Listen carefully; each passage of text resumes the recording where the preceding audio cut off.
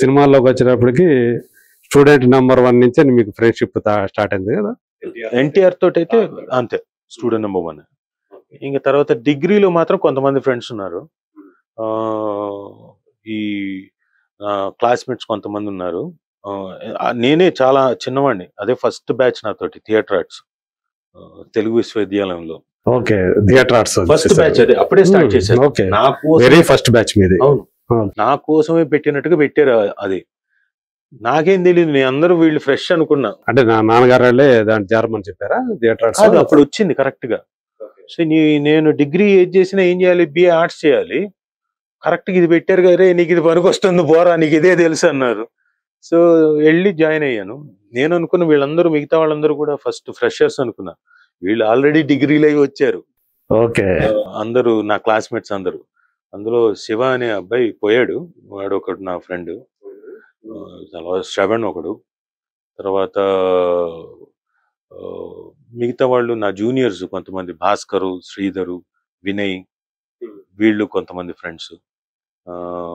ఆ తర్వాత అనురాధ, మాధవి, నీరజ, గీతామాధురి, తమిళ్ గీత, వీళ్ళంతా మ్యూజిక్ డిపార్ట్మెంట్. ఓకే, వీళ్ళందరూ కూడా మంచి ఫ్రెండ్స్. తమిళ్ గీత, వీళ్ళందరూ, శ్రీదేవి, నాకన్నా అక్కడ వచ్చారు వీళ్ళంతా. అక్కడ అంటే మేము థియేటర్ ఆర్ట్స్ కదా, వాళ్ళది వేరే డిపార్ట్మెంట్. సంగీతం, క్లాసికల్ మ్యూజిక్, వాళ్ళేమో క్లాసికల్ డాన్స్, కొంతమంది ఏమో ఫోక్, కొంతమంది మృదంగం డిపార్ట్మెంట్, కొంతమంది వయలిన్, కొంతమంది వీణా డిపార్ట్మెంట్, ఇలా ఉండేది మాకు డిపార్ట్మెంట్స్. ఓకే, సో అందులో కొంతమంది వీళ్ళు అనురాధ, మాధవి, గీతామాధురి, తమిళ్ గీత, నీరజ, ఇలా కొంతమంది అక్కడ ఫ్రెండ్స్. సో వాళ్ళు కూడా టచ్ లో ఉన్నారు. వాళ్ళది మాకు ఒక తెలుగు యూనివర్సిటీ గ్రూప్ ఒకటి ఉంది. ఇక నేను ఎంఏ థియేటర్ ఆర్ట్స్ అక్కడికి వెళ్ళినప్పుడు కొంతమంది అక్కడ ఫ్రెండ్స్, గన్నా రామకృష్ణ, రామ్మోహన్ హొలిగొండి. ఇప్పుడు నిశుంభిత అని ఒక థియేటర్ గ్రూప్ ఒకటి ఉంది. నిశుంభిత చాలా బాగా నేర్పిస్తాడు, చాలా మంచి థియేటర్ గ్రూప్. వరల్డ్ రికార్డు కూడా కొట్టాడు అతను. 24 గంటల్లో 27 ప్లేస్ ప్రదర్శించాడు తన స్టూడెంట్స్ తోటి. తను నేర్పిస్తూ ఉంటాడు.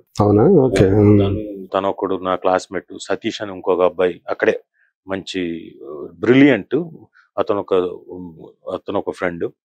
కాకుండా నాకు కవిత, కొండా కవిత అని ఒక అమ్మాయి, వాళ్ళు dance department. Kavitha and Sridevi, వీళ్ళు ఫ్రెండ్స్ అక్కడ. మీరు 10 ఏళ్ళు అన్నారు, ఇప్పుడు చాలా పేర్లు చెప్పారు. అసలు 10 వేళలో ఇదిగోండి లెక్కెట్టుకొని చాలా పేర్లు ఉన్నారు. అంటే వీళ్ళు కాకపోతే క్లోజ్ కాదు. ఐ కెన్ సే, అంటే ఎప్పుడో ఒకసారి మాట్లాడుకుంటాం. ఇప్పుడు క్లోజ్ అన్నారు అనుకోండి, అప్పుడు వేళ మీద లెక్కించవచ్చు 100%. ఆ క్లోజ్ లో ఎవరంటే రాఘవ. ఏ రాఘవ? నా ఫ్రెండ్ రాఘవ, యాక్టర్ రాఘవే కదా. అంటే మీరు అంటుంది ఏ యాక్టర్? ఈయన అయితే కాదుగా, మాస్టర్ రాఘవ అయితే కాదుగా. మహర్షి రాఘవ్ కాదు, కమెడియన్ రాఘవ్ కూడా కాదు. ఓకే, రాఘవ అని ఇప్పుడు సీరియల్స్ లో పెద్ద ఆయన కాదు, మళ్ళీ అదే పెద్ద ఆయన అంటారు. అందుకనే నాకు డౌట్ వచ్చి మీకు ఫోటో కూడా పంపిస్తా, ఇక్కడ కావాలంటే వేయండి, అతని ఫోటో వేయండి. Okay okay. సో రాఘవ ఒకడు, తర్వాత శివబాలాజీ ఒకడు, తర్వాత మనోజ్ ఒకడు, నరేష్ ఒకడు, అల్లరి నరేష్, తరుణ్ ఒకడు, విష్ణు ఒకడు. ఇక అందరికీ తెలిసిన జగమెరిగిన సత్యం, అదే అందరికి తారక్ చాలా మంచి ఫ్రెండ్. మన ఈ మధ్య మీద అది కూడా వైరల్ అయింది. వాళ్ళ బావమరిది నితిన్ పెళ్లిలో మిమ్మల్ని ఇక్కడ కాదు అక్కడ ఉన్నా చెబుతున్నాడు. నారా రోహిత్ ఒకడు మంచి ఫ్రెండ్. తను పెళ్లి కొడుకు కాబోతున్నాడు. అవును, 30వ తారీఖు పెళ్లి కదా. సో ఇలా లెక్కించుకుంటే చాలా తక్కువ మంది బ్యాచ్. చాలా శ్రీకాంత్ అన్న ఫ్రెండ్ అనలేను, అన్న అని పిలుస్తున్నా. ఐ హ్యావ్ రివరెన్స్ ఉంటుంది ఆయన మీద ఎప్పుడు. కాకపోతే ఒక స్నేహం అయితే ఉంది. అయ్యో, ఆయన ఎప్పుడు పాపం నన్ను ఆలి అన్న, శ్రీకాంత్ అన్న ఇండస్ట్రీలో పిలిచేది అన్న అని పిలిచేది అతి తక్కువ మందిలో వీళ్ళు. అదే అలా. సో తారక్ ఇప్పుడు అంటే గ్లోబల్ స్టార్ అనే దాకా అతను ఎదగటం RRR తోటి, తర్వాత దేవర చేశాడు. సో ఇప్పుడు అంటే ఒక సాధారణంగా ఒక అతను హీరోగా తను అప్పుడే ఒక బడ్డింగ్ హీరో అనుకుంటే, అప్పుడు మొదలైనటువంటి స్నేహం తను ఈరోజు ఆ స్థాయికి వెళ్ళినా కూడా ఆ స్నేహాన్ని మీతో కంటిన్యూ చేయటం ఎలా అనిపిస్తుంది మీకు? నిజంగా చాలా గ్రేట్ అండి. అంటే ఒకానొక సందర్భంలో ఎమోషనల్ గా ఉన్న టైంలో మేమిద్దరం 1-to-1 ఎమోషనల్ గా ఉన్నప్పుడు డోంట్ వరీ, నువ్వు పెద్ద స్టార్ అవుతావు, పెద్ద స్థాయికి వెళ్తావు, ఏ స్థాయికి వెళ్ళాలంటే నువ్వు మమ్మల్ని కూడా మర్చిపోవాలి, మర్చిపోవడం ఇన్ ద సెన్స్ అంత బిజీగా ఉండాలి అని చెప్పేసి అన్నాను. ఒక పర్టికులర్ టైమింగ్ ఏదో చెప్పాం. అనుకున్నట్టే ఆ స్టేజ్కి వెళ్ళాడు. కాకపోతే మమ్మల్ని మర్చిపోలేదు. మేము కూడా don't want to disturb him. అదేలే ప్రతి దాంట్లో మనం అనవసరంగా ఎక్కువ అడ్వాంటేజ్ తీసేసుకొని, అడ్వాంటేజో లేకపోతే చనువు ఇచ్చాడు కదా అని ఎక్కువ అన్ని ఏవి తీసుకోకూడదు. నేను పైగా పొరపాటున కూడా తీసుకోను. ఎందుకంటే చనువు ఇచ్చేవాడికి నాకు మధ్యన తెలుసు, మా ఇద్దరి మధ్య. చూసే వాళ్ళకి చాలా రకాల ఇవి వస్తాయి, అసూయలు వస్తాయి, జలసీలు. అంటే ఇది ఎక్కువ ఉంటది, బాగా ఎక్కువ ఉంటుంది. వీడేంటి అంత ఇదేంటి అబ్బా ఆహా. సో అందుకని నేను ఎప్పుడు జనంలో కూడా మామూలుగా, నాకు తెలిసి అంటే మీరెంత ఫ్రెండ్ అయినా కానీ సుమగారితో ఎక్కువ చనువుగా ఉంటారేమో. లేదు, నాతో ఎక్కువ చనువుగా ఉంటాడు. అంతేనా? సుమతో కూడా బాగా చనువుగా ఉంటాడు, బట్ చనువు మాత్రం నాతో ఎక్కువ. స్నేహం కాబట్టి ఎక్కువ. ఏదైనా మాట్లాడడానికి కానీ ఇంకోటి కానీ అన్ని విధాలుగా ఎక్కువ. అఫ్ కోర్స్ సుమతో కూడా ఈక్వల్ గా ఉంటుంది, బట్ ఒక 10% తక్కువ అనుకోండి. ఓకే. అంటే ఎప్పుడైనా ఏమైనా షేర్ చేసుకోవటం అట్లాంటి జరుగుతుంటే మీ మధ్య మీరు షేర్ చేసుకుంటారా? ఏదైనా 100% మా మధ్యన షేర్ చేసుకోవడం అనేది ఉంటుంది. ఓకే. అంటే మీకు సంబంధించినటువంటి ఎమోషనల్ ఏమైనా సందర్భాలు అట్లాంటి యూజువల్ గా నేను తనకే కాదు ఎవరికి చెప్పను. తను ఎప్పుడైనా ఫోన్ చేసి ఏంటి నీ ఇట్లా వస్తుంది రాజు, ఏం జరుగుతుంది అని చెప్పేసి అట్టాడు.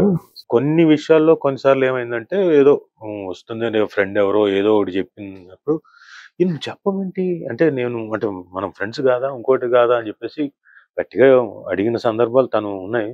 అలాని కాదు, I don't want to disturb anyone, నీకని కాదు నేను ఎవరికి చెప్పను చెప్పుకున్నది. So nice. అయితే అట్లా అంటే ఒక స్నేహాన్ని కొనసాగించడం అనేది కూడా అట్లా అంటే మనం ఎంతవరకు ఉండాలి అంతే.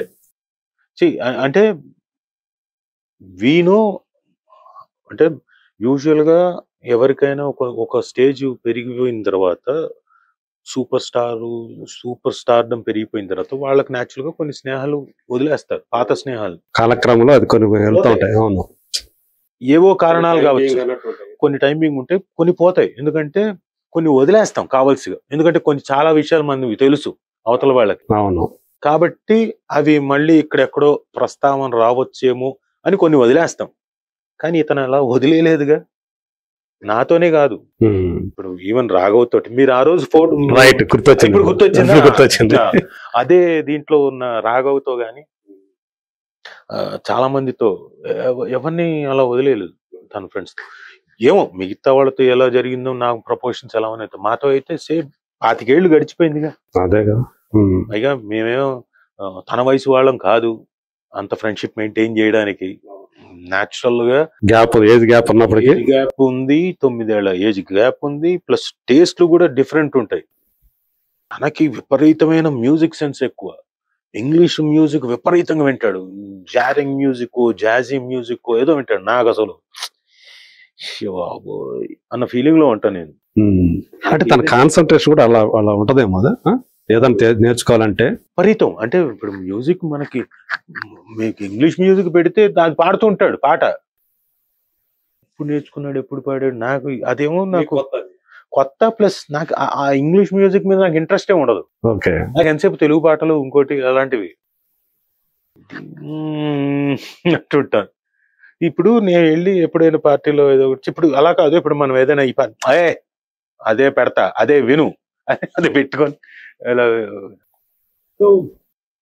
ఎంత వదిలేయాల్సిన ఫ్రెండ్షిప్ని, కొన్ని కాలక్రమేణా వెళ్ళిపోయే ఫ్రెండ్షిప్లు అలా ఉండే దాంట్లో కూడా పోకుండా 25 ఏళ్ళు గడిచిందంటే సంతోషం.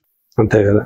సో మనం కూడా అదే కొన్ని ఇష్టంగా ఉంటాయి కదా కొన్ని స్నేహాలు అయితే, వాళ్ళతో కలిసి ఉండటం, వాళ్ళతో షేర్ చేసుకోవాలన్నా.